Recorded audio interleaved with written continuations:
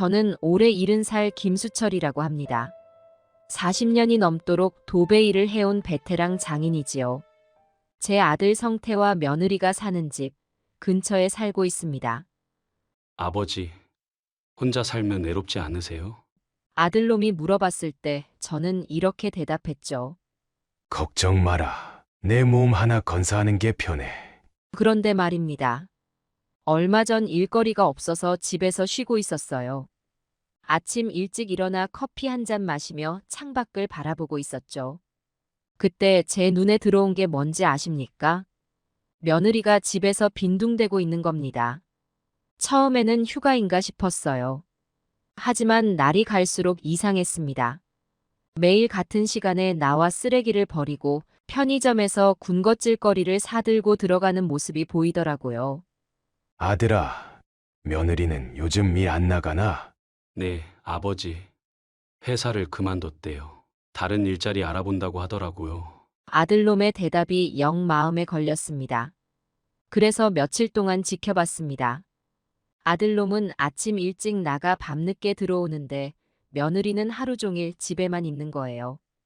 창문으로 보이는 TV 불빛이 하루 종일 깜빡거리더라고요. 아이고, 세상 좋아졌네. 젊은 것들은 놀고 먹기만 하나? 혼잣말로 중얼거렸습니다. 그러다 문득 제 젊은 시절이 떠올랐어요. 아내와 함께 밤낮 없이 일하며 아들을 키웠던 시절 말입니다. 지금 생각해보면 그때가 참 행복했어요. 할아버지, 뭐 생각하세요?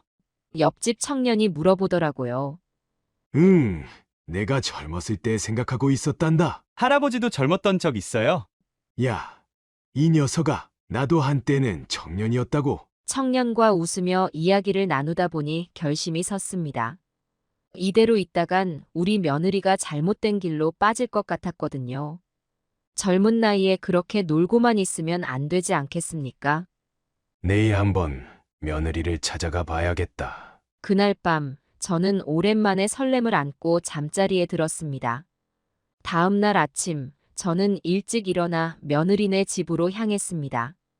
가는 길에 동네 빵집에 들러 빵을 샀습니다. 아침도 안 먹었겠지 하는 생각에 며느리 목까지 사들고 갔죠. 문을 두드리자 며느리가 나왔습니다. 잠옷 차림이었고 눈도 제대로 뜨지 못한 채였습니다. 아버님, 웬일이세요? 응, 잠깐 얘기 좀 하자꾸나. 네. 아, 네. 들어오세요. 며느리의 얼굴에 당혹감이 스쳐 지나갔습니다. 집 안으로 들어서니 TV가 켜져 있었고 소파에는 과자 봉지들이 널브러져 있었습니다. 아침 먹었니? 아직이요. 그래서 사왔다. 같이 먹자. 우리는 조용히 빵을 먹었습니다. 며느리는 계속 어색한 표정을 짓고 있었습니다. 나랑 같이 나가볼래? 제 말에 며느리는 어리둥절한 표정을 지었습니다. 네. 어디로 가시는 건데요? 알면 뭐 하겠니? 그냥 따라와 봐. 하지만 저는 아직 씻지도 않았고, 괜찮다. 그냥 이대로 가자. 며느리는 망설이는 듯 했지만 결국 저를 따라 나섰습니다. 우리는 말없이 걸었습니다. 저는 며느리의 표정을 살폈습니다. 긴장한 듯 보였지만 한편으로는 호기심도 보였습니다. 아버님, 도대체 어디로 가는 거예요? 조금만 더 가면 돼. 인내심도 없구먼. 죄송해요. 그냥 궁금해서요. 궁금한 건 좋은 거다. 그 마음 잃지 말거라. 얼마 후 우리는 제가 일하는 현장에 도착했습니다. 낡은 건물 앞에 멈춰 서서 며느리에게 말했습니다. 자, 도착했다. 여긴 어디예요? 내가 오늘 일할 곳이란다. 며느리의 눈이 커졌습니다.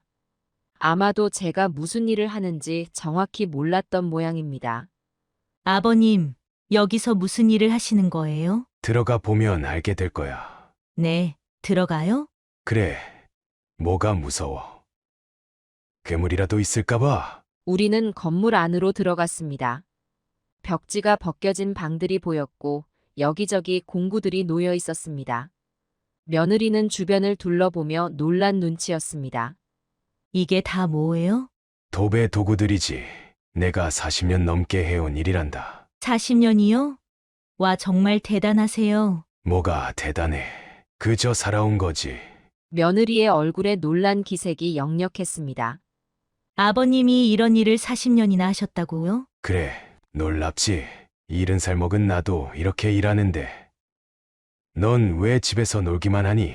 제 말에 며느리는 당황하면서도 부끄러워하는 기색이 역력했습니다.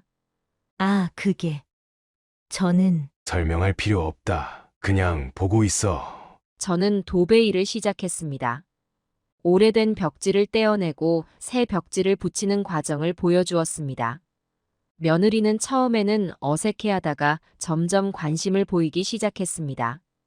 아버님, 생각보다 힘들어 보이네요. 그래, 쉬운 일은 아니지. 하지만 보람차단다. 어떤 점에서 보람을 느끼세요? 응. 낡고 지저분했던 벽이 새 것처럼 변하는 걸 보면 기분이 좋아. 마치 인생의 새 페이지를 넘기는 것 같달까. 일을 하면서 저는 계속해서 며느리에게 설명을 해주었습니다. 이렇게 불을 바르고 벽지를 붙이는 거야. 주름이 생기지 않게 조심해야 해. 와, 정말 섬세한 작업이네요. 그래. 참을성도 필요하고 손재주도 있어야 해. 저는 그런 거 없는데. 에이, 해보지도 않고 그런 소리 하지 마. 누구나 처음엔 서툴러. 시간이 흐르면서 며느리의 눈빛이 변하는 걸 느꼈습니다. 처음에 당혹감은 사라지고 대신 호기심과 존경심이 깃든 듯 했습니다. 아버님, 제가 도와드릴 수 있는 게 없을까요? 이 말을 듣고 저는 잠시 일을 멈추고 며느리를 바라보았습니다. 정말 도와주고 싶은 거니? 네, 배우고 싶어요. 왜? 글쎄요, 아버님이 하시는 걸 보니 뭔가 의미 있어 보여서요. 저는 잠시 고민했습니다. 그리고는 결심한 듯 말했습니다. 그래. 그럼 이리 와봐. 너가 한번 해볼래? 정말요? 제가 해도 돼요? 물론이지. 배우는 건 언제나 좋은 거야. 며느리는 조심스럽게 다가와 제가 건넨 도구를 받아들었습니다. 이렇게 하는 거예요? 그래. 천천히 해봐. 서두르지 말고. 아, 벽지가 찢어졌어요. 괜찮아. 다시 해보렴. 며느리의 손놀림은 서툴렀지만 열심히 하려는 모습이 보였습니다. 저는 옆에서 조용히 지켜보며 가끔씩 조언을 해주었습니다. 아이고, 힘들어요. 그래. 처음엔 다 그래. 하지만 점점 나아질 거야. 아버님은 어떻게 이 일을 시작하셨어요? 그건 긴 이야기란다. 나중에 천천히 들려줄게. 그렇게 우리는 함께 일을 했습니다. 며느리의 얼굴에 땀이 맺혔지만 그 눈빛은 점점 밝아졌습니다. 아버님, 이렇게 일하시는 걸 보니 정말 대단하세요. 뭐가 대단해. 그저 살아가는 거지. 아니에요. 정말 존경스러워요. 허허.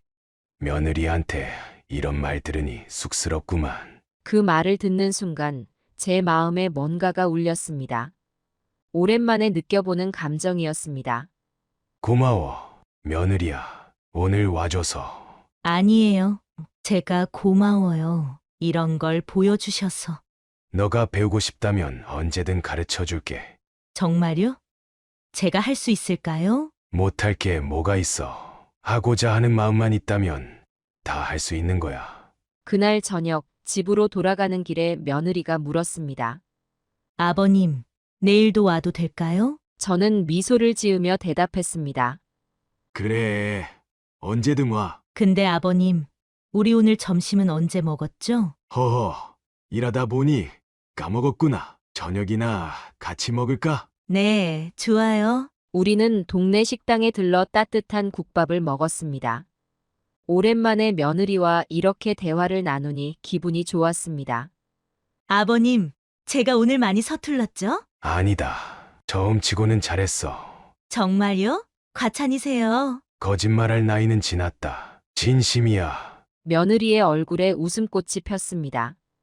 그 모습을 보니 제 마음도 따뜻해졌습니다. 집에 돌아와 누웠을 때 저는 오늘 하루를 되새겨 보았습니다. 며느리의 변화하는 모습, 그리고 제 마음에 피어난 새로운 희망. 이제 시작이구나 하는 생각이 들었습니다. 그리고 잠들기 전 마지막으로 든 생각. 내일은 어떤 날이 될까? 며느리가 정말 올까? 올 거야. 그 눈빛을 보니 분명 올 거야. 기대감을 안고 저는 눈을 감았습니다. 내일이 기다려졌습니다. 다음 날 며느리가 정말로 왔습니다. 아침 일찍 문을 두드리더니 아버님, 저 왔어요. 라고 하더군요. 제 눈에는 그 모습이 꽤나 기특해 보였습니다. 어서 와라. 오늘은 뭘 배우고 싶니? 어제 하던 거 이어서 해볼게요. 그래, 그럼 시작해볼까? 며느리는 처음에는 서툴렀습니다. 벽지를 붙이다 주름이 생기기도 하고 가끔은 찢어지기도 했죠.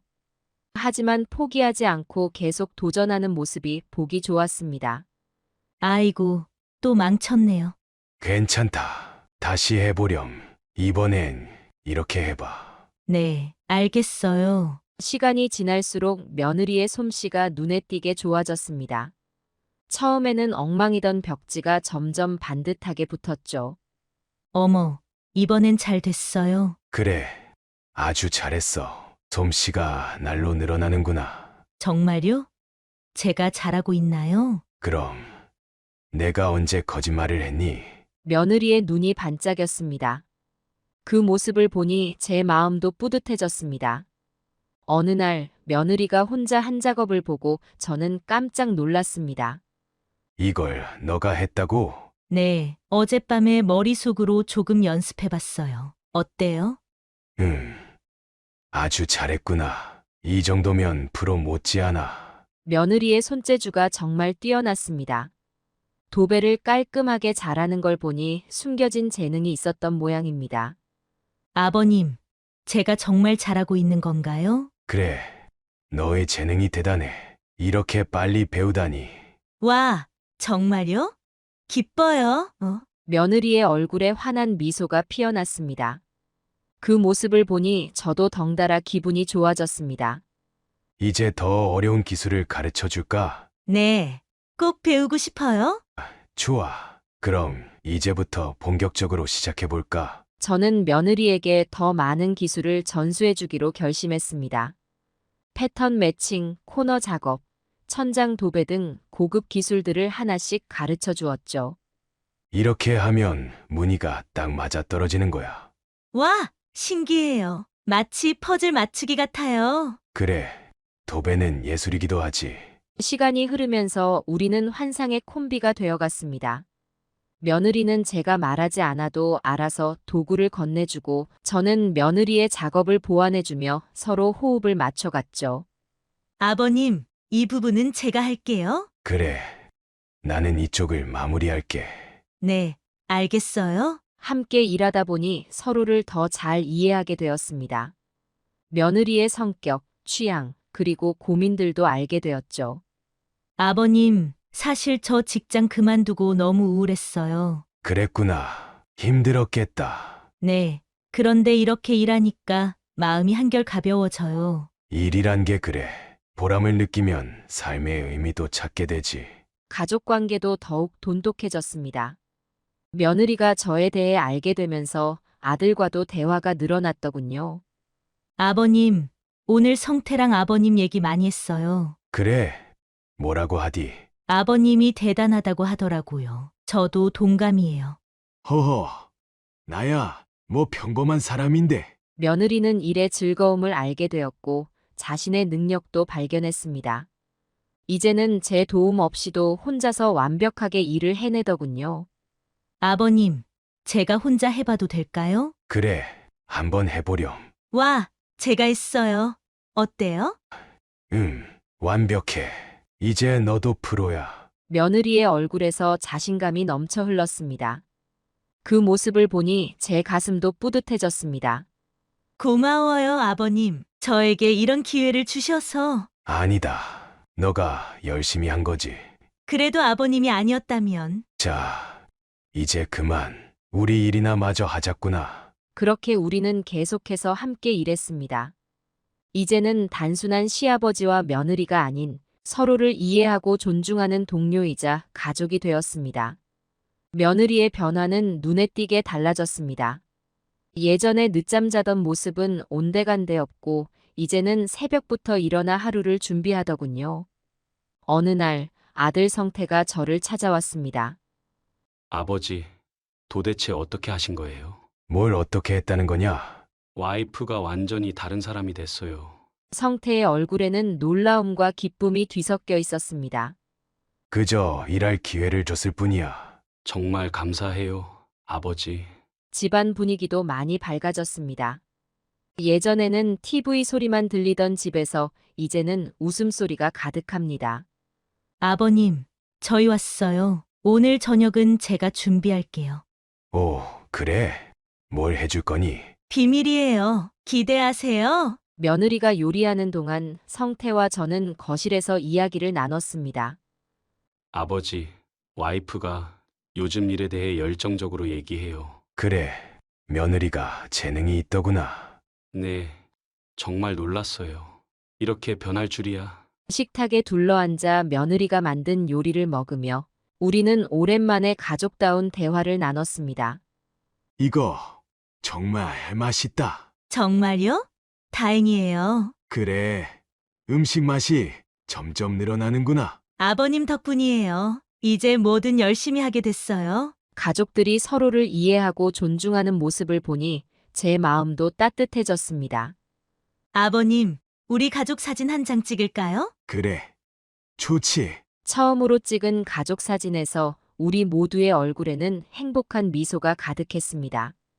며느리의 성장을 지켜보는 것은 제게 큰 기쁨이었습니다. 아버님, 제가 혼자 맡은 첫 현장이에요. 어때요? 완벽하구나. 너가 자랑스럽다. 정말요? 와, 기뻐요. 그녀의 눈빛에서 자신감과 열정이 넘쳐났습니다. 이런 며느리를 보고 있자니 제 마음도 뿌듯해졌습니다. 시간이 흐르면서 며느리의 도배 실력이 동네에 소문나기 시작했습니다. 김할배, 며느리 소문 들었어. 우리 집도 좀 봐주면 안 되겠어? 그래요. 어르신. 한번 와서 볼게요. 일거리가 점점 늘어나면서 우리는 바빠졌습니다. 아버님, 이대로 가다간 일을 다 못 해낼 것 같아요. 그래. 나도 그 생각을 하고 있었단다. 어떡하죠? 우리 사업을 좀 키워볼까? 우리는 함께 의논하여 사업 확장을 결정했습니다. 직원도 고용하고 장비도 새로 구입했죠. 와, 아버님, 이제 우리 가게가 생겼네요. 그래. 꿈만 같구나. 아버님, 정말 감사해요. 제가 여기까지 올 수 있었던 건 다 아버님 덕분이에요. 아니다. 이건 다 너의 노력의 결과야. 사업은 날로 번창했고 우리는 큰 성공을 거두게 되었습니다. 이제 며느리는 동네에서 알아주는 실력자가 되었죠. 자, 이번 달 실적이야. 어때? 괜찮지? 와, 정말 대단해요. 우리가 이만큼이나 했다니? 그래. 너 덕분이야. 아니에요. 우리 덕분이죠? 며느리는 이제 자신의 일에 완전히 빠져 있었습니다. 아침 일찍 일어나 일을 준비하고 밤늦게까지 내일의 계획을 세우는 모습이 대단해 보였습니다. 여보, 이제 그만 자. 내일 또 일찍 일어나야 하잖아. 응, 곧 갈게. 이것만 마무리하고. 예전에 TV 앞에서 하루를 보내던 그녀의 모습은 온데간데 없고 이제는 열정 넘치는 당당한 여성 사업가가 되었습니다. 아버님, 이번에 새로운 기술을 배워왔어요. 한번 보세요. 오, 이거 멋진데. 어디서 배웠니? 인터넷으로요. 요즘은 온라인 강의도 많더라고요. 그녀의 끊임없는 자기 발전 노력을 보며 저는 더욱 뿌듯해졌습니다. 며느리야.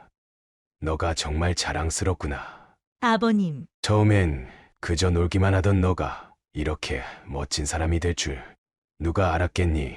모두 아버님 덕분이에요. 제게 기회를 주셔서 감사해요. 아니다. 넌 그저 숨겨진 너의 재능을 발견한 것뿐이야. 우리는 서로를 바라보며 따뜻하게 웃었습니다. 이제 우리는 단순한 시아버지와 며느리가 아닌 서로를 존중하는 동반자가 되었습니다. 자, 이제 가서 쉬어라. 내일도 바쁜 하루가 될 테니. 네, 아버님도 편히 주무세요. 며느리가 돌아간 후 저는 창밖을 바라보며 생각에 잠겼습니다. 달빛이 어둠을 가르며 내리쬐는 밤하늘은 마치 제 인생을 비추는 듯 했습니다. 세상에 쓸모없는 사람은 없구나. 그저 기회가 필요할 뿐이지. 시간이라는 붓이 그린 그림 속에서 우리는 모두 작은 점들이겠지요. 때로는 흐릿하고 때로는 선명한 그 점들이 모여 우리의 삶을 그려냅니다. 어떤 이의 점은 크고 눈부시지만 어떤 이의 점은 작고 희미하기도 합니다. 하지만 그 모든 점들이 모여 아름다운 그림을 완성하는 법입니다. 며느리는 잠자던 씨앗이었고 제가 준 기회는 그저 작은 물방울이었을 뿐입니다. 메마른 땅에 떨어진 그 한 방울의 물이 어떤 변화를 일으킬지 누가 알았을까요? 그 씨앗은 스스로의 힘으로 싹을 틔우고 꽃을 피웠지요. 아무도 알 수 없었던 잠재력이 이렇게 아름답게 꽃 피울 줄 누가 알았겠습니까? 인생이란 참으로 신비롭습니다. 우리가 누군가의 인생에 작은 변화를 줄 때 그것이 얼마나 큰 파도가 되어 돌아올지 누가 알겠습니까? 작은 돌멩이 하나가 잔잔한 호수에 던져지면 그 파문은 어디까지 퍼져나갈까요? 우리의 작은 행동 하나가 누군가의 인생을 크게 바꿀 수 있다는 것. 그것이 바로 인생의 아름다움이 아닐까요? 창밖의 별들이 속삭이는 듯 합니다. 당신도 누군가의 별이 되었다고. 어둠 속에서 빛나는 작은 별들처럼 우리도 누군가에게 희망의 빛이 될 수 있습니다. 때로는 그저 존재하는 것만으로도 누군가에게 위로가 되고 힘이 됩니다. 그 생각과 함께 저는 오늘도 행복한 마음으로 잠자리에 들었습니다. 베개에 머리를 기대며 오늘 하루를 되새겨봅니다. 며느리의 밝아진 얼굴, 아들의 고마워하는 눈빛, 그리고 제 가슴에 가득 찬 뿌듯함. 이 모든 것들이 제 인생의 한 페이지를 아름답게 수놓고 있습니다. 내일은 또 어떤 기적이 우리를 기다리고 있을까요? 어쩌면 그 기적은 우리가 만들어가는 것인지도 모릅니다. 작은 친절, 따뜻한 미소, 그리고 누군가를 믿어주는 마음. 이런 것들이 모여 우리의 일상을 기적으로 만드는 것은 아닐까요? 설렘 가득한 마음으로 눈을 감으며 저는 꿈속에서도 미소 짓습니다. 내일의 태양이 떠오르면 또 어떤 아름다운 순간들이 우리를 기다리고 있을까요? 그 기대감에 가슴이 벅차오릅니다. 한마는 제 사연 들어보시겠어요? 저는 강신자라고 합니다. 올해 69살이 되었어요. 세월이 참 빠르더라고요. 제 인생을 돌아보면 울고 웃을 일이 참 많았습니다. 그 중에서도 가장 가슴 아팠던 일을 여러분께 들려드리려고 해요. 어쩌면 제 이야기가 비슷한 처지에 있는 분들께 위로가 될 수 있을지도 모르겠네요. 저는 젊은 시절에 남편을 잃었어요. 결혼한 지 얼마 되지 않아 교통사고로 세상을 떠났죠. 그때 제 나이 28이었어요. 아들 은수는 겨우 2살이었고요. 남편이 떠난 후 저는 정말 힘들었어요. 하루하루가 지옥 같았죠. 하지만 어린 은수를 보면서 힘을 냈어요. 그래, 이 어린 것을 위해서라도 살아야 해. 그렇게 마음먹었죠. 은수를 키우는 게 쉽지만은 않았어요. 혼자서 일하면서 아이를 돌보는 게 얼마나 힘든지 아시나요? 밤낮 없이 일했어요. 은수가 초등학교에 입학할 때 저는 거의 쓰러질 것 같았어요. 하지만 교복 입은 은수를 보니 그동안의 고생이 눈 녹듯이 사라지더라고요. 엄마, 나 학교 다녀올게. 씩씩하게 인사하던 모습이 아직도 눈에 서네요. 은수는 참 착한 아이였어요. 공부도 잘했고 친구들과도 사이가 좋았죠. 특히 유치원 때부터 친하게 지내던 선영이라는 아이가 있었어요. 두 아이는 정말 인꼬 같았어요. 어디를 가든 둘이 붙어 다니곤 했죠. 저는 그때 이 아이들이 나중에 크면 연인이 되지 않을까 하고 생각했어요. 그리고 그 생각이 정말로 현실이 되었죠. 은수와 선영이는 학창 시절 계속 어울리다 연애를 시작하고 26에 결혼했죠. 결혼식 날 은수가 턱시도를 입고 선영이를 에스코트하는 모습을 보면서 저는 눈물이 났어요. 여보, 우리 아들 봐요. 이렇게 훌륭하게 자랐어요. 하고 하늘에 계신 남편에게 말했던 기억이 나요. 그날 저는 정말 행복했어요. 드디어 제 인생에도 행복이 찾아온 것 같았거든요. 하지만 인생이란 게 참 예측할 수 없는 거더라고요. 누가 알았겠어요? 그 행복이 그리 오래 가지 못할 줄은요. 은수와 선영이의 결혼 생활은 정말 행복해 보였어요. 두 사람은 어릴 적부터 서로를 너무 잘 알았기 때문에 다툼도 거의 없었죠. 저는 그런 두 사람을 보면서 제 젊은 시절을 떠올렸어요. 남편과 함께했던 짧지만 행복했던 그 시간들. 선영이는 정말 착한 며느리였어요. 저를 친어머니처럼 따랐죠. 주말마다 찾아와서 집안일도 도와주고 맛있는 것도 해주곤 했어요. 어머니, 제가 해드릴게요. 하면서 부엌일을 도맡아 하던 모습이 아직도 생생해요. 저는 그런 선영이가 참 고마웠어요. 남편 복은 없어도 며느리 복은 있나 보다 하고 생각했죠. 그렇게 3년이 흘렀어요. 은수와 선영이는 아이를 가지려고 노력 중이었죠. 저는 손주 소식을 기다리며 설레는 마음으로 지냈어요. 그러던 어느 날, 그날만 아니었다면 우리는 지금쯤 행복한 가정을 이루고 있었겠죠. 사람의 인생이 어떻게 바뀔지 아무도 모르는 것 같아요. 은수와 선영이의 결혼 3년 차, 그날은 비가 억수로 쏟아지는 날이었어요. 아침에 일어나 평소처럼 아들 내외에게 전화를 걸었죠. 얘들아, 오늘 저녁에 집에 와. 맛있는 거 해줄게. 선영이가 웃으면서 대답했어요. 네, 어머니. 은수 데리고 일찍 갈게요. 기대되네요. 그때만 해도 저는 몰랐어요. 그 통화가 우리의 마지막 평범한 대화가 될 줄은요. 그날 저녁 기다리던 전화가 왔어요. 하지만 그건 은수도 선영이도 아니었죠. 병원에서 온 전화였어요. 은수가 퇴근길에 큰 교통사고를 당했다고. 그 순간 제 귓가에 윙 하는 소리가 들리더라고요. 다리에 힘이 풀려 주저앉을 뻔했어요. 정신을 차리고 택시를 잡아타고 병원으로 달려갔죠. 병원 응급실은 아수라장이었어요. 의사와 간호사들이 바쁘게 움직이고 있었고 응급실 한쪽에서는 누군가가 울고 있었어요. 그때 선영이가 보였어요. 눈이 퉁퉁 부어 있었죠. 저를 보자마자 달려와 안겼어요. 어머니, 어머니. 그렇게 울면서 저를 부르는데 제 가슴이 찢어지는 것 같았어요. 의사 선생님께서 은수의 상태를 설명해 주셨어요. 뇌 손상이 심각해서 의식을 회복하기 어려울 것 같다고. 식물인간 상태라고. 그 말을 듣는 순간 제 머릿속이 하얘졌어요. 아니에요. 그럴 리가 없어요. 우리 은수가, 우리 아들이. 저도 모르게 소리를 지르며 울었어요.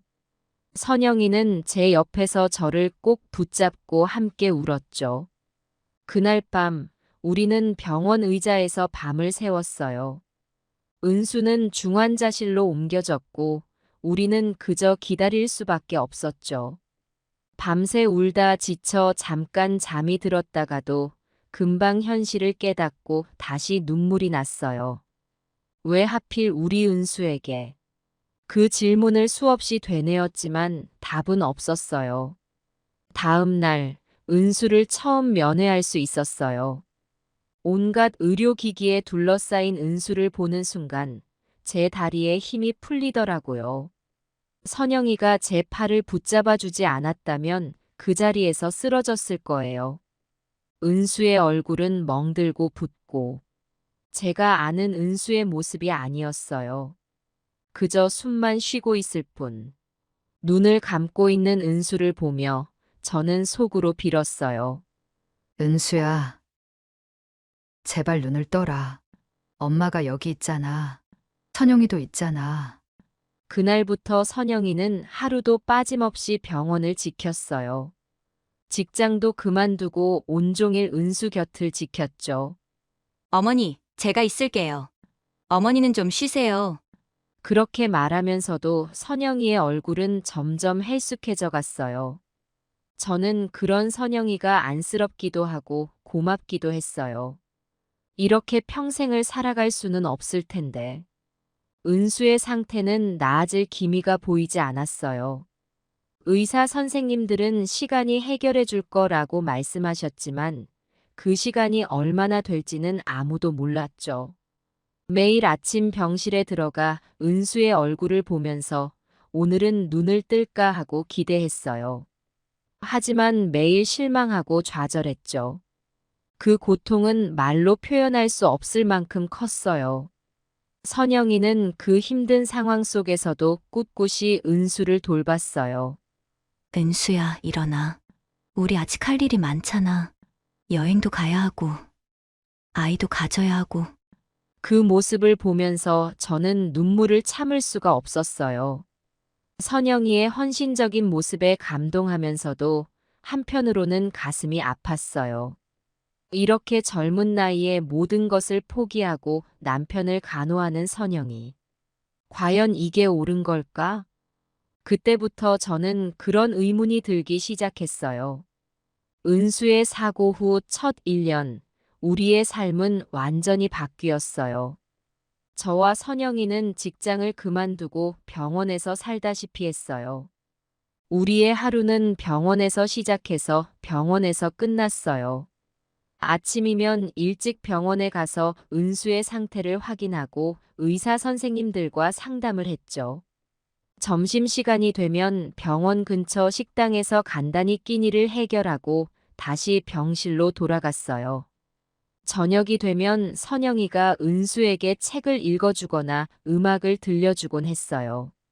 은수야, 이 노래 기억나? 우리 데이트할 때마다 들었던 거야. 그렇게 말하면서 눈물을 흘리는 선영이를 보면 제 마음도 찢어질 것 같았어요. 밤이 되면 저는 집에 돌아가고 선영이는 병원에 남았어요. 처음에는 제가 남겠다고 했지만 선영이가 완강히 거부했죠. 어머니, 제가 있을게요. 은수가 눈을 뜨면 제가 가장 먼저 봐야 해요. 그 말에 저는 아무 말도 할 수 없었어요.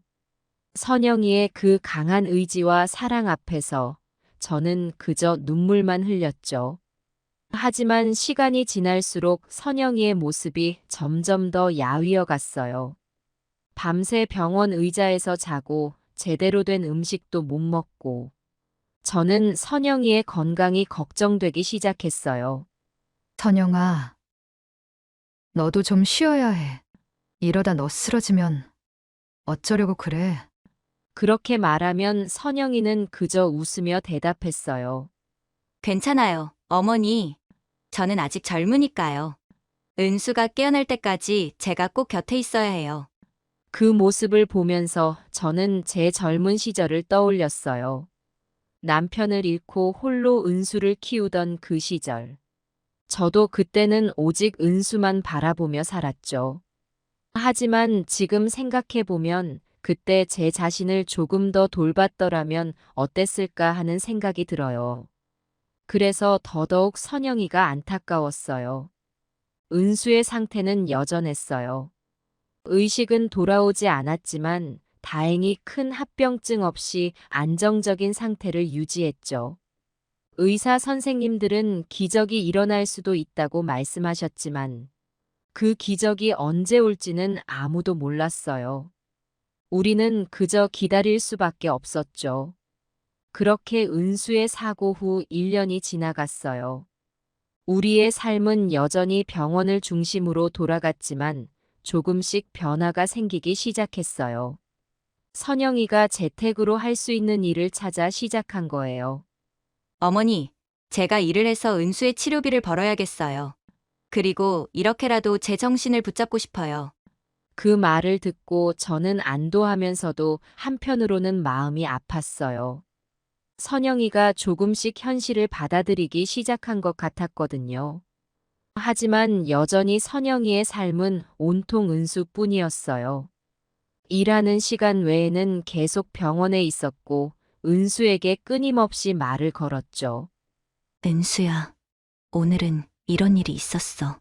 어서 일어나서 내 이야기도 들어줘. 그 모습을 보면서 저는 묘한 감정이 들었어요. 선영이의 헌신적인 사랑이 고맙기도 하고 대단하다고 생각하면서도 한편으로는 안타까웠어요. 이제 젊은 나이에 과연 이렇게 평생을 살아갈 수 있을까? 그런 생각이 자꾸 들었죠. 세월이 참 빠르더라고요. 은수의 사고 이후로 3년이라는 시간 동안 많은 것이 변했지만 또 변하지 않은 것도 있었죠. 은수의 상태는 여전했어요. 눈을 뜨고 있을 때도 있었지만 우리를 알아보는 것 같지는 않았어요. 선영이는 정말 대단했어요. 은수의 사고 이후 그 아이는 완전히 다른 사람이 된 것 같았어요. 이전에 밝고 명랑하던 모습은 찾아볼 수 없었지만 대신 강인하고 의지가 강한 여인으로 변했죠. 재택일 하면서도 틈틈이 병원을 찾아 은수를 돌봤어요. 어머니, 제가 일하는 동안 은수 좀 봐주세요. 점심시간에 제가 다녀갈게요. 그렇게 말하며 아침 일찍 컴퓨터 앞에 앉는 선영이를 보면 안쓰럽기도 하고 대단하기도 했어요. 점심시간이 되면 어김없이 병원으로 달려와 은수와 이야기도 나누곤 했죠. 저는 그런 선영이가 정말 고마웠어요. 하지만 동시에 가슴이 아팠죠. 아직 30도 되지 않은 나이에 이렇게 청춘을 보내는 게 과연 옳은 걸까? 그런 생각이 자꾸 들더라고요. 선영이의 얼굴은 점점 헬쑥해져 갔어요. 한창 예쁠 나이에 화장기 하나 없는 얼굴로 병원과 집을 오가는 모습을 보면 가슴이 아팠어요. 어떤 날은 선영이의 동창이 병원에 찾아온 적이 있었는데 그 친구가 선영이를 보고 놀라는 걸 보았어요. 선영아, 너 많이 야위었다. 그 말에 선영이는 그저 쓸쓸하게 웃더라고요. 그렇게 3년이 지나갔어요. 은수의 상태는 변함이 없었지만 우리의 삶은 조금씩 변해갔어요. 하지만 그 변화가 과연 좋은 방향인지 저는 점점 더 의문이 들기 시작했어요. 5년째 되던 해였어요. 봄바람이 불어오던 어느 날, 저는 병원 정원에 나갔어요. 집에만 있으면 자꾸 우울해져서 바람 좀 쐬러 간 거였죠. 그날 병원 정원 벤치에서 우연히 한 할머니를 만났어요. 그분도 저처럼 아들이 병원에 오래 있었다고 하더라고요. 우리 아들이 교통사고로 다친 지 벌써 10년이 됐어요. 그 말을 듣는 순간 제 귀가 번쩍 뜨이더라고요. 저도 모르게 그 할머니 손을 꼭 잡고 이것저것 물어봤어요. 그런데 그 할머니의 대답이 저를 더 큰 충격에 빠뜨렸어요. 우리 아들은 결국 얼마 전 세상을 떠났어요. 10년을 버티다가요.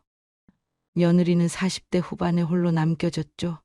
그 말을 듣는 순간 제 눈앞이 캄캄해졌어요. 머릿속에 온갖 생각이 스쳐 지나갔어요. 은수도 그렇게 될까? 선영이도 그렇게 될까? 할머니는 계속해서 말씀하셨어요. 그 애가 얼마나 고생했는지 몰라요. 젊은 나이에 10년을 병원에서 살다시피 했으니 아들이 떠난 후에는 어찌나 슬퍼하던지 지금도 생각하면 가슴이 아파요. 저는 그 할머니의 이야기를 들으며 눈물을 참을 수가 없었어요. 마치 10년 후에 제 모습을 보는 것 같았거든요. 집에 돌아와 밤새 잠을 이루지 못했어요. 자꾸 그 할머니의 이야기가 떠올랐거든요. 40대 후반에 홀로 남겨진 며느리. 그런 생각을 하니 선영이가 더욱 안타까웠어요. 다음 날 병원에 가서 은수를 보는데 눈물이 나더라고요. 아들아, 너가 이렇게 될 줄 어떻게 알았겠니? 그러다 문득 깨달았어요. 이제는 정말 무언가를 해야 할 때라고요. 선영이의 인생을 위해서, 그리고 어쩌면 은수를 위해서도.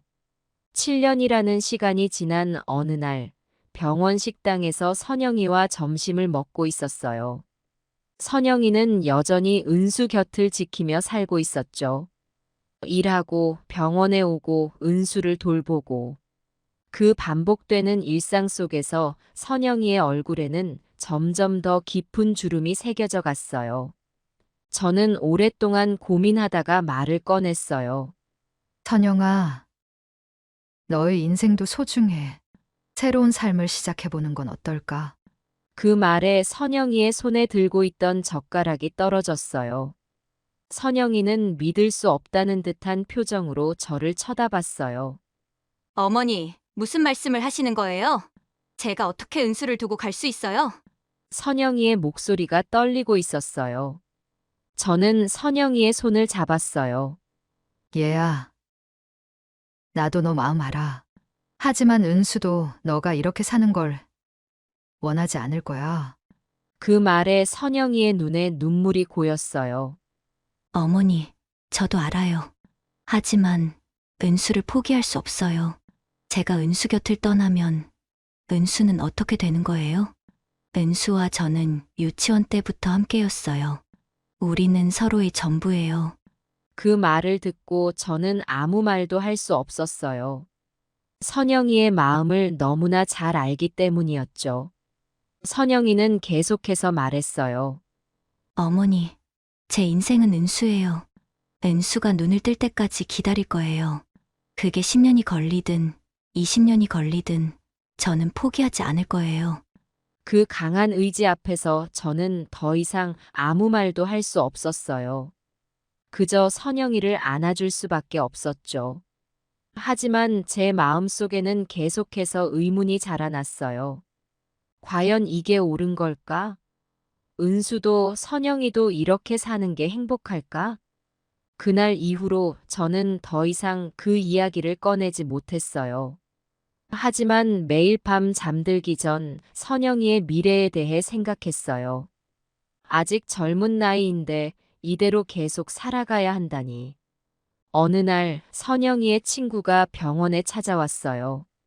오랜만에 만난 친구와 이야기를 나누는 선영이의 모습을 보니 제 마음이 더욱 아팠어요.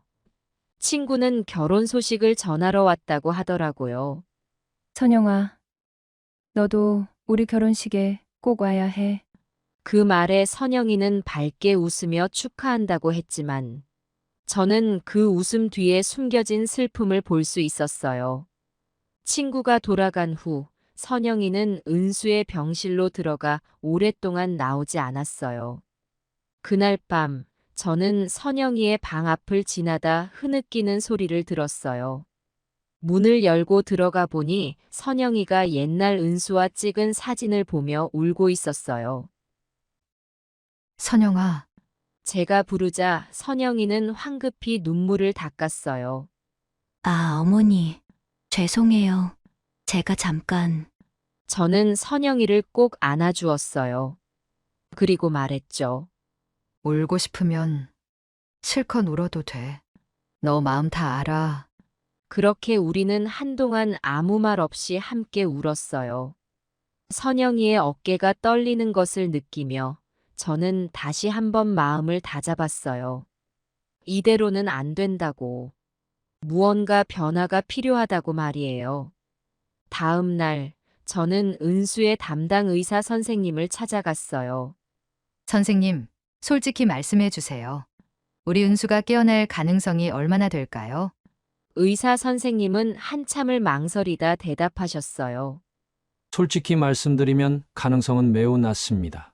7년이 지났는데도 의식이 돌아오지 않았다면 그 말을 듣는 순간 저는 결심했어요. 이제는 제가 나서야 할 때라고. 선영이의 미래를 위해 그리고 은수를 위해서도 제가 무언가를 해야 한다고 말이에요. 하지만 쉽지 않았어요. 선영이에게 다시 그 이야기를 꺼내는 것이 두려웠거든요.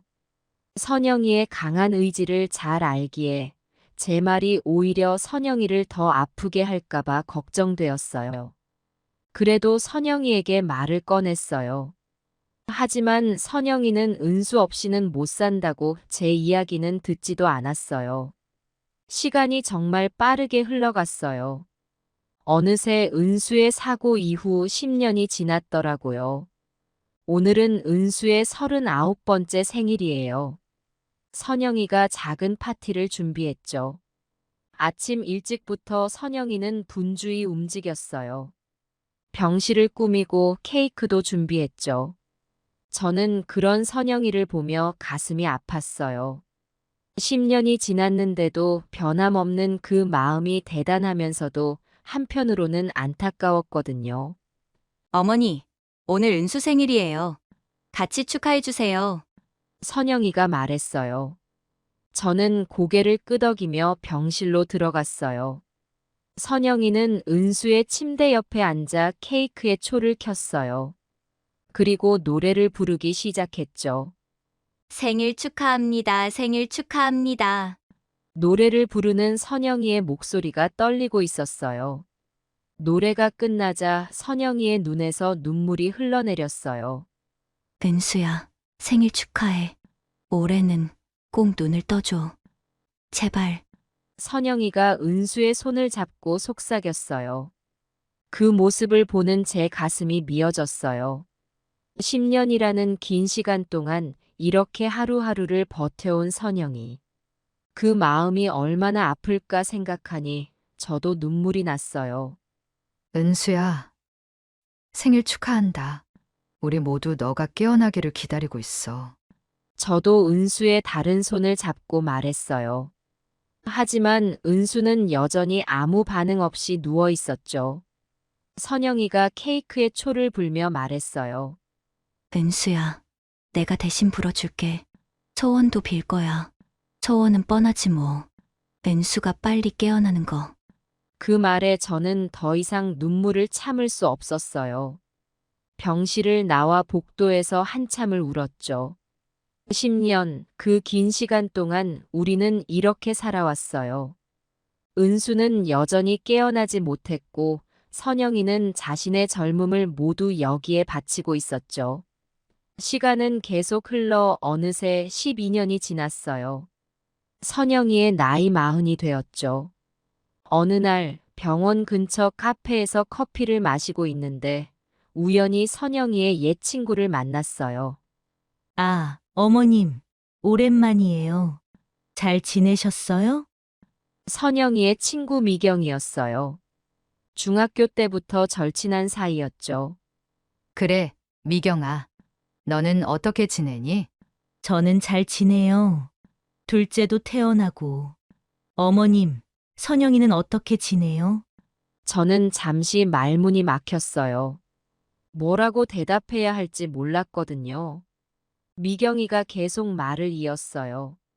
저번에 우연히 선영이를 마주쳤는데 너무 힘들어 보이더라고요. 12년이나 지났는데 아직도 그렇게 살고 있다니 정말 안타까워요. 미경이의 말에 저는 가슴이 아팠어요. 그래, 선영이가 많이 힘들어하긴 해. 하지만 은수에 대한 사랑으로 버티고 있어. 어머님, 솔직히 말씀드리면 선영이가 너무 안타까워요. 저희 나이에 다들 벌써 아이들도 크고 자신의 일도 하면서 행복하게 살고 있는데 선영이는 자신의 인생을 완전히 포기한 것 같아요. 미경이의 말을 듣는 순간 제 마음에 무언가가 콱 막히는 것 같았어요. 그동안 애써 외면하려 했던 현실을 직면하게 된 것 같았거든요. 선영이가 은수를 사랑하는 건 알지만 이렇게 평생을 살아가는 게 과연 옳은 걸까요? 은수도 원하지 않을 것 같아요. 미경이의 말이 계속 제 귓가에 맴돌았어요. 집에 돌아와서도 그 말을 떨쳐낼 수 없었죠. 밤새 잠을 이루지 못하고 생각에 잠겼어요. 선영이의 미래. 15년, 정말 긴 시간이 흘렀어요. 은수도 선영이도 나이 44이 되었죠. 어느 날 저는 선영이와 이야기를 나누기로 했어요. 선영아, 오늘 시간 좀 낼 수 있니? 얘기 좀 하고 싶어. 선영이는 의아한 표정을 지었지만 고개를 끄덕였어요. 우리는 병원 근처 공원으로 나왔어요. 벚꽃이 흩날리는 아름다운 봄날이었죠.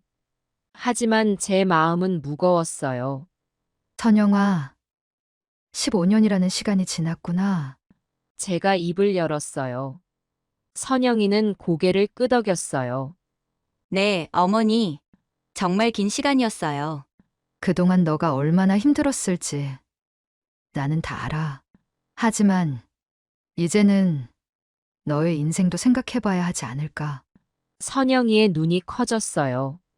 어머니, 또 그 말씀을 하시는 거예요? 그래. 미안해. 하지만 난 정말 너가 걱정돼. 넌 아직 젊고 앞으로 살아갈 날이 많은데 선영이가 제 말을 끊었어요. 어머니, 제 인생은 은수예요. 은수가 제 전부라고요. 유치원 때부터 함께였고 서로를 너무 잘 알아요. 저는 은수 없는 제 삶을 상상할 수 없어요. 그 말을 듣는 순간 저는 제 젊은 시절이 떠올랐어요. 남편을 잃고 홀로 은수를 키우던 그때. 저도 그렇게 살았었죠. 오직 은수만 바라보며. 선영아, 나도 너의 마음 이해해. 하지만 은수도 너가 이렇게 사는 걸 원하지 않을 거야. 선영이의 눈에 눈물이 고였어요. 어머니, 저도 알아요. 하지만 저는 할 수 없어요. 은수를 포기하는 건 저 자신을 포기하는 거나 마찬가지예요. 저는 선영이를 꼭 안아주었어요. 그리고 속삭였죠. 알았어. 선영아, 너 마음 이해해. 하지만 언제든 너가 힘들면 나에게 말해줘. 알겠지? 선영이는 고개를 끄덕였어요. 하지만 저는 그 눈빛에서 변함없는 의지를 볼 수 있었어요. 선영이에게 은수는 여전히 전부였던 거죠. 그날 밤 저는 오랜만에 은수의 어릴 적 사진을 꺼내 보았어요. 밝게 웃고 있는 은수와 선영이. 그때는 얼마나 행복했을까요? 사진을 보며 눈물이 흘렀어요. 어느새 은수의 사고 이후 17년이 지났어요. 그날도 평소와 다름없이 병원을 찾았어요. 하지만 그날은 뭔가 달랐어요. 은수의 담당 의사가 바뀌었다고 하더라고요. 젊고 친절해 보이는 의사 선생님이었어요. 안녕하세요. 강신자님. 저는 은수 씨의 새 담당의 김준호입니다. 의사 선생님이 말씀하셨어요. 저는 고개를 숙여 인사를 했죠. 선생님, 우리 은수는 어떤가요? 혹시 좋아질 가능성이 있을까요? 17년 동안 수없이 했던 질문이었지만 이번에도 저는 희망을 품고 물었어요. 김준호 선생님은 잠시 침묵하더니 조심스럽게 말을 꺼냈어요. 강신자님, 솔직히 말씀드리자면 은수 씨의 상태가 호전될 가능성은 거의 없습니다. 그 말을 듣는 순간 제 귀에서 윙 하는 소리가 들리더라고요. 17년 동안 들어왔던 말이지만 이렇게 직접적으로 들으니 충격이 컸어요. 하지만 그동안 다른 의사 선생님들은 희망이 있다고 하셨는데 제 목소리가 떨리고 있었어요. 김준호 선생님은 따뜻한 눈빛으로 저를 바라보며 말씀하셨어요. 강신자님, 의학적으로 볼 때 17년이라는 시간은 매우 깁니다. 이 정도 시간이 지났는데도 의식이 돌아오지 않았다면 앞으로도 가능성은 매우 낮습니다. 그 말을 듣고 저는 그 자리에서 주저앉을 뻔했어요. 김준호 선생님이 저를 부축해 주셨죠. 죄송합니다. 강신자님, 너무 직설적으로 말씀드렸나 봅니다. 아니에요. 선생님, 솔직하게 말씀해 주셔서 감사합니다. 그날 밤 저는 잠을 이루지 못했어요. 계속해서 김준호 선생님의 말씀이 귓가에 맴돌았거든요. 눈물이 멈추지 않았어요. 은수가 정말 깨어나지 않는 걸까? 그럼 선영이는 어쩌지? 밤새 이불을 적시며 울었어요. 그로부터 3년이 더 지났어요. 은수의 사고 이후 20년, 정말 긴 시간이 흘렀죠. 그동안 저는 계속해서 고민했어요. 선영이의 미래를 위해, 그리고 은수를 위해서도 제가 무언가를 해야 한다는 생각이 점점 더 강해졌죠. 어느 날 저는 큰 결심을 했어요. 선영이의 남은 인생을 위해 은수를 대신해 이혼 소송을 제기하기로 한 거예요. 정말 쉽지 않은 결정이었어요. 하지만 이제는 더 이상 미룰 수 없다고 생각했죠. 변호사 사무실을 찾아갔어요. 제 상황을 설명하자 변호사님은 놀란 표정을 지으셨어요. 어머님, 정말 큰 결심을 하셨네요. 하지만 법적으로 복잡한 문제가 있을 수 있습니다. 알고 있어요. 하지만 우리 며느리의 인생을 위해서라면 어떤 어려움도 감수하겠습니다. 제 목소리가 떨리고 있었어요. 소송장을 작성하는 동안 저는 계속해서 눈물을 흘렸어요. 은수의 이름을 적을 때마다, 선영이의 이름을 적을 때마다 가슴이 미어졌죠. 은수야, 엄마가 이러는 거 용서해. 이게 너를 위한 거고 선영이를 위한 거야. 혼잣말로 중얼거리며 소송장을 작성했어요. 변호사님이 걱정스러운 눈빛으로 물으셨어요. 정말 이대로 진행하시겠습니까? 저는 잠시 눈을 감았다 뜨고 대답했어요. 네, 그렇게 해주세요. 그날 밤 저는 은수의 병실을 찾았어요. 여전히 아무 반응 없이 누워있는 은수를 보며 말했어요. 아들아, 엄마가 큰 결심을 했어. 너도 이해해 주길 바래. 그리고는 은수의 이마에 입맞춤을 했어요. 며칠 후 법원에서 소송장이 발송되었다는 연락을 받았어요. 이제 선영이에게 이 사실을 알려야 했죠. 하지만 어떻게 말해야 할지 몰라 며칠을 고민했어요. 결국 저는 선영이에게 전화를 걸었어요. 선영아, 오늘 시간 되니? 얘기할 게 있어. 선영이는 의아한 목소리로 대답했어요. 네, 어머니. 무슨 일이세요? 병원 근처 카페에서 만났어요. 선영이의 얼굴을 보자 눈물이 났어요. 하지만 참았죠.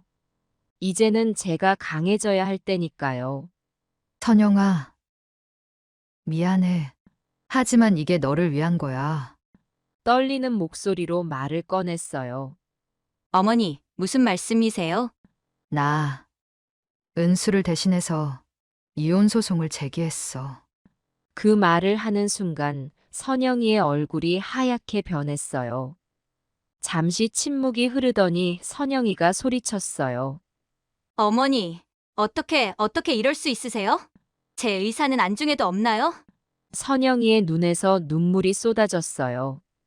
저는 선영이의 손을 잡으려 했지만 선영이는 제 손을 뿌리쳤어요. 어머니는 제가 은수를 얼마나 사랑하는지 모르시는 거예요. 제가 어떻게 은수를 떠날 수 있어요? 선영이의 말 한마디 한마디가 비수가 되어 제 가슴을 찔렀어요. 하지만 저는 제 결정을 바꿀 수 없었어요. 선영아, 나도 알아. 내가 은수를 얼마나 사랑하는지. 하지만 이제는 너 인생도 생각해야 해. 은수도 그걸 원할 거야. 싫어요. 절대 안 돼요. 저는 은수 곁을 떠나지 않을 거예요. 선영이는 자리를 박차고 일어났어요. 그리고는 뛰쳐나갔죠. 저는 그대로 주저앉아 울었어요. 그날 이후로 선영이는 제 전화를 받지 않았어요. 병원에 가도 마주치지 않으려 했죠. 하지만 저는 포기할 수 없었어요. 이게 선영이를 위한 길이라고 믿었으니까요. 은수야, 엄마가 한 게 맞는 걸까?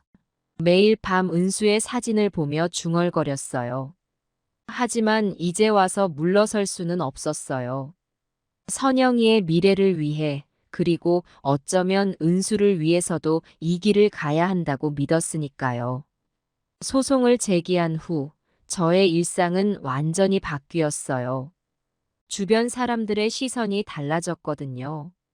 동네 슈퍼에 가도 병원에 가도 사람들이 수군거리는 소리가 들렸어요. 저 할머니 봐. 식물인간 된 아들 20년을 돌본 며느리를 내쫓는데. 세상에 어떻게 그럴 수가 있지? 천사 같은 며느리인데. 그런 말들을 들을 때마다 가슴이 아팠어요. 하지만 저는 제 선택이 옳다고 믿었기에 꿋꿋이 견뎌냈죠. 어느 날은 동네 시장에 갔다가 옛 이웃을 만났어요. 그분은 제 얼굴을 보자마자 고개를 돌리시더라고요. 저는 용기를 내어 말을 걸었어요. 안녕하세요.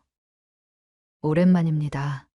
하지만 그분은 차갑게 대답하셨어요. 당신자 씨, 당신 정말 오죽하면 그런 짓을 하겠어요. 하지만 난 이해할 수 없어요. 그 말에 저는 눈물이 났어요. 하지만 참았죠. 제 선택을 이해해 주시지 않아도 돼요. 하지만 이게 우리 며느리를 위한 거라는 걸 알아주셨으면 해요. 친척들의 반응은 더 심했어요. 은수의 사촌 동생이 전화를 해서 한참 동안 저를 비난했어요. 고모, 어떻게 이럴 수 있어요? 형이 저렇게 누워있는데 형수를 내쫓다니. 우리는 이제 고모를 가족으로 인정할 수 없어요. 그 말을 듣고 저는 한동안 말을 잇지 못했어요. 하지만 이내 마음을 다잡고 대답했죠. 미안하구나. 하지만 이게 은수와 선영이를 위한 길이라고 믿어. 나중에 이해해 주길 바란다. 이렇게 주변 사람들의 비난과 싸우는 것도 힘들었지만 가장 힘든 건 선영이의 반응이었어요. 선영이는 여전히 저를 피하고 있었거든요. 병원에 가도 마주치지 않으려 했고 전화도 받지 않았어요. 그래도 저는 포기하지 않고 매일 병원에 갔어요. 은수도 봐야 했고 어쩌면 선영이를 만날 수 있을까 하는 기대도 있었거든요. 하지만 주변의 따가운 시선과 비난 속에서도 저는 흔들리지 않았어요. 제가 한 선택이 옳다고 믿었기 때문이에요. 선영이의 미래를 위해 그리고 은수를 위해서도 이 길을 가야 한다고 확신했으니까요. 드디어 재판 당일이 왔어요. 법원으로 가는 차 안에서 저는 계속해서 떨고 있었어요. 하지만 동시에 이상하게 마음이 차분해지는 것도 느꼈어요. 이제 모든 것을 다 털어놓을 수 있다는 생각에 오히려 안도감이 들었던 것 같아요. 법정에 들어서자 긴장감이 감돌았어요. 판사님께서 저를 바라보며 말씀하셨죠.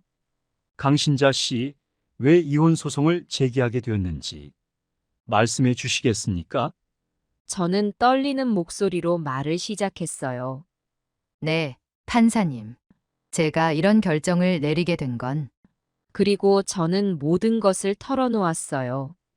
은수의 사고, 20년 동안의 긴 투병 생활, 그리고 선영이의 헌신적인 모습.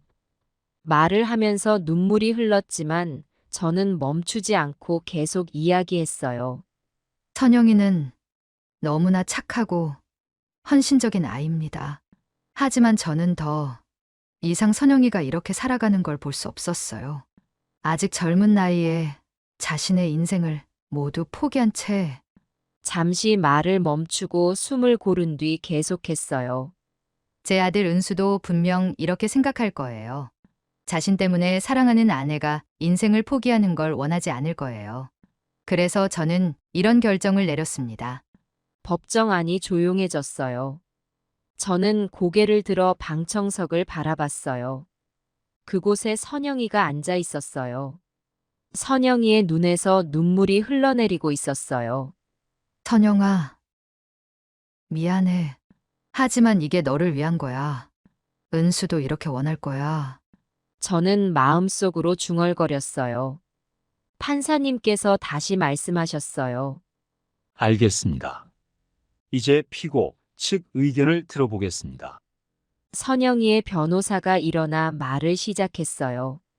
하지만 저는 그 말이 귀에 들어오지 않았어요. 저는 그저 선영이를 바라보고 있었죠. 재판이 끝나고 판결이 나기까지는 시간이 걸렸어요. 그 기간 동안 저는 매일 밤 잠을 이루지 못했어요. 과연 내가 한 선택이 옳은 걸까? 그런 생각으로 밤을 지새웠죠. 드디어 판결이 났어요. 법원은 제가 제기한 이혼 소송을 받아들였어요. 선영이와 은수의 혼인 관계가 법적으로 끝난 거죠. 판결문을 받아들고 집으로 돌아오는 길, 저는 차 안에서 한참 동안 울었어요. 기쁨, 슬픔, 후회, 안도감, 복잡한 감정이 뒤섞여 있었죠. 집에 도착하자 선영이가 기다리고 있었어요. 짐을 싸서 떠날 준비를 하고 있더라고요. 선영이를 보는 순간 저는 다시 눈물이 났어요. 선영아, 어머니, 이제 됐어요. 더 이상 말씀하지 마세요. 선영이의 목소리는 차갑고 단호했어요. 하지만 저는 그 목소리 속에 숨겨진 슬픔을 느낄 수 있었죠. 짐은 다 쌌어요. 이제 가볼게요. 선영이가 말했어요. 어디로 갈 거니? 제가 물었어요. 친구 집에 잠시 머물 거예요. 걱정 마세요. 선영이가 문 앞에 섰을 때 저는 참지 못하고 그 아이를 꼭 안아주었어요. 미안해. 선영아, 정말 미안해. 선영이는 잠시 굳어 있다가 천천히 저를 밀어냈어요. 그리고는 아무 말 없이 집을 나갔죠. 문이 닫히는 소리와 함께 저는 그 자리에 주저앉아 울었어요. 얼마나 울었을까요? 문 밖에서 누군가 저를 부르는 소리가 들렸어요. 어머니. 선영이의 목소리였어요. 저는 황급히 일어나 문을 열었어요. 하지만 그곳에는 아무도 없었어요. 환청이었나 봐요. 그날 밤 저는 은수의 병실로 갔어요. 여전히 아무 반응 없이 누워있는 은수를 보며 말했어요. 아들아, 엄마가 잘한 걸까? 선영이를 보내고 이게 정말 너희들을 위한 길이었을까? 대답은 없었지만 저는 은수가 이해해 줄 거라고 믿었어요. 그리고 언젠가 선영이도 제 마음을 이해해 줄 거라고 믿었죠. 이제부터 저는 홀로 은수를 돌보게 되었어요. 힘들겠지만 제가 할 수 있는 한 최선을 다할 거예요. 그리고 언젠가 선영이가 새로운 삶을 살며 행복해지기를 간절히 기도할 거예요. 그날 밤 저는 집으로 돌아와 오랜만에 편안한 잠을 잤어요. 모든 게 끝났다는 안도감 때문이었을까요? 아니면 이제부터 시작이라는 기대감 때문이었을까요? 잠들기 전 마지막으로 든 생각은 선영아, 행복해야 해. 꼭 행복해야 해. 여러분, 시간이 참 빠르게 흘러갔어요. 선영이가 떠난 지 몇 달이 지났어요. 그동안 저는 매일 은수를 돌보며 지냈죠. 하루하루가 쉽지 않았지만 그래도 버텨냈어요. 어느 날 우편함에서 편지 한 통을 발견했어요. 발신인을 보자 제 심장이 쿵 하고 뛰었어요. 선영이였어요. 떨리는 손으로 편지를 열었어요. 선영이의 정갈한 글씨체가 눈에 들어왔죠.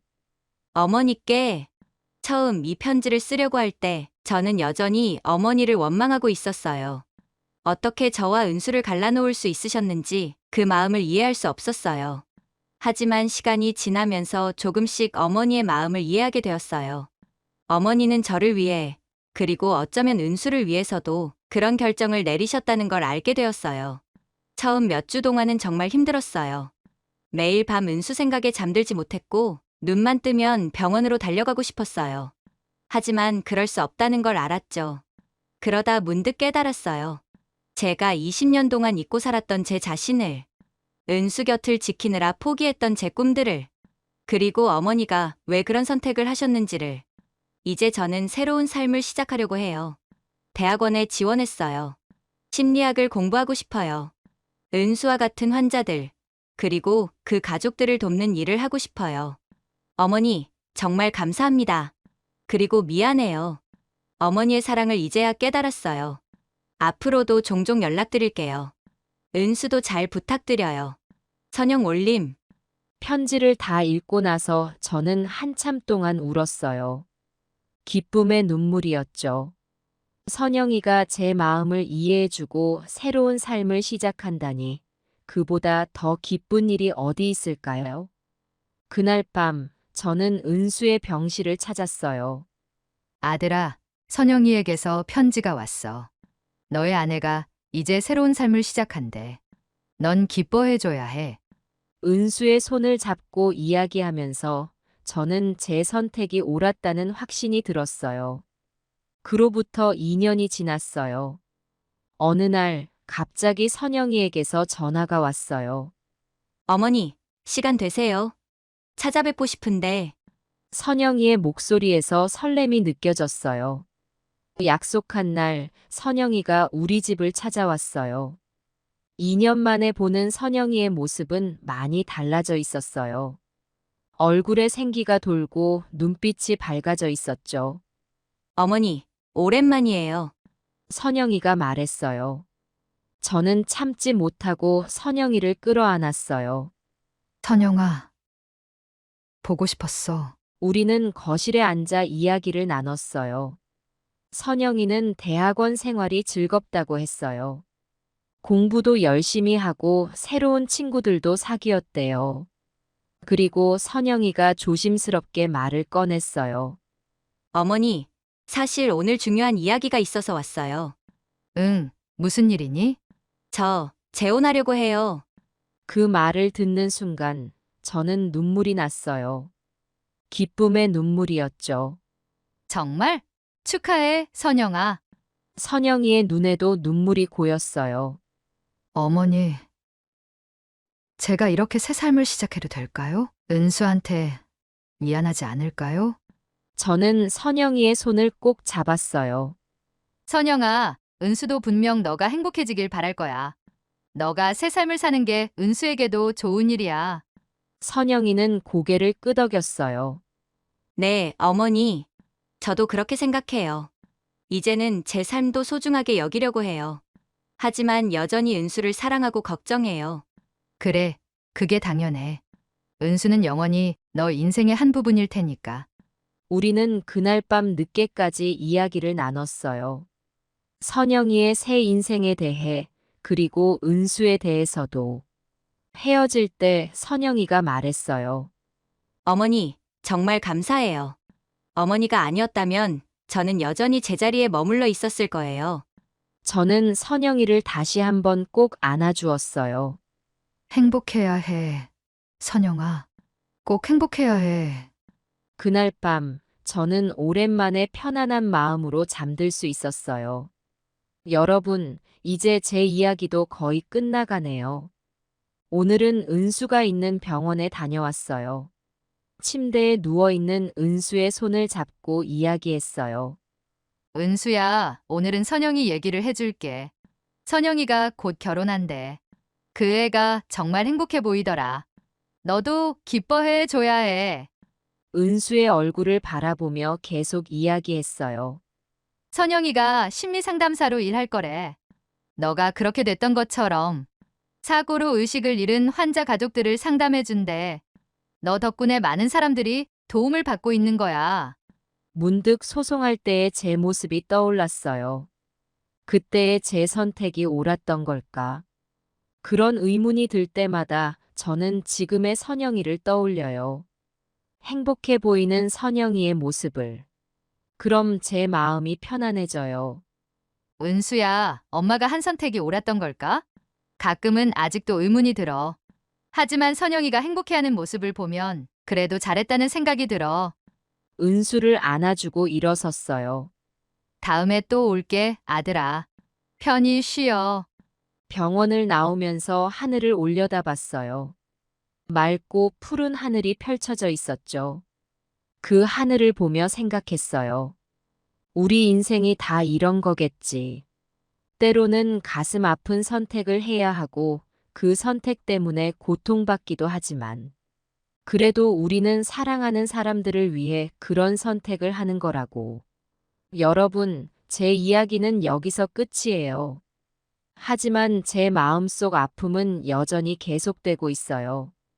20년이 넘는 그 긴 세월 동안 저는 매일 밤 꿈을 꿨어요. 은수가 깨어나 활짝 웃으며 엄마라고 부르는 꿈을. 하지만 아침이 오면 그 꿈은 산산이 부서지고 차가운 현실만이 남았죠. 병실의 창문으로 스며드는 햇살은 따스하지만 제 가슴은 여전히 얼음장 같아요. 은수의 손을 잡을 때마다 느껴지는 그 차가움. 그 손에서 온기를 느낄 수 있는 날이 올까요? 세월이 흐를수록 제 마음속 후회와 의문은 깊어만 가요. 과연 제가 한 선택이 옳았던 걸까? 선영이를 보내기만 한 게 아니라 은수마저 버린 건 아닐까? 밤하늘의 별들을 바라보면 문득 생각해요. 저 수많은 별들 중 어느 하나가 은수의 의식일지도 모른다고. 그래서 매일 밤 별들에게 속삭여요. 우리 아들 돌아와 줘. 눈물로 적시는 베개는 이제 제 일상이 되었어요. 잠들 때도 깰 때도 항상 제 곁에 있는 건 이 눈물뿐이에요. 은수의 웃음소리, 선영이의 따뜻한 목소리. 그 모든 것들이 이제는 기억 속에서만 맴돌 뿐이에요. 가을 낙엽처럼 쓸쓸히 떨어지는 제 인생. 이제 남은 건 후회와 그리움뿐이에요. 은수의 병실에 놓인 시계 소리가 제 가슴을 찢어 놓아요. 멈춰버린 은수의 시간, 그리고 돌이킬 수 없는 제 선택. 때로는 생각해요. 제가 선영이 대신 떠날 수 있다면, 제 생명을 바꿔 은수를 깨울 수 있다면, 그렇게 할 수 있다면 얼마나 좋을까요? 하지만 그건 불가능한 꿈일 뿐이에요. 이제 제게 남은 건 쓸쓸한 기다림뿐이에요. 언젠가 은수가 깨어나길. 그날이 온다면 제가 먼저 떠나 있더라도 부디 은수가 행복한 삶을 살기를. 그리고 제 선택을 용서해 주기를. 여러분, 사랑하는 사람을 위해 내린 선택이 때로는 가장 아픈 상처가 될 수 있어요. 하지만 그 선택이 옳았다고 믿어야만 살아갈 수 있는 거예요. 그렇지 않으면 이 아픔을 견딜 수 없으니까요. 봄날의 꽃들이 피어나듯 언젠가 우리의 아픔도 꽃이 되어 필 수 있겠죠. 하지만 지금 제 마음은 한겨울 찬바람에 꽁꽁 얼어붙은 듯해요. 그 봄날이 올 때까지 저는 이 아픔을 안고 살아가야 해요. 사랑하는 여러분, 부디 여러분의 선택이 후회 없는 것이길 바랍니다. 그리고 사랑하는 사람들과 함께 행복한 시간 보내세요. 그 소중한 순간들을 놓치지 마세요. 언제 그 순간들이 우리 곁을 떠날지 모르니까요.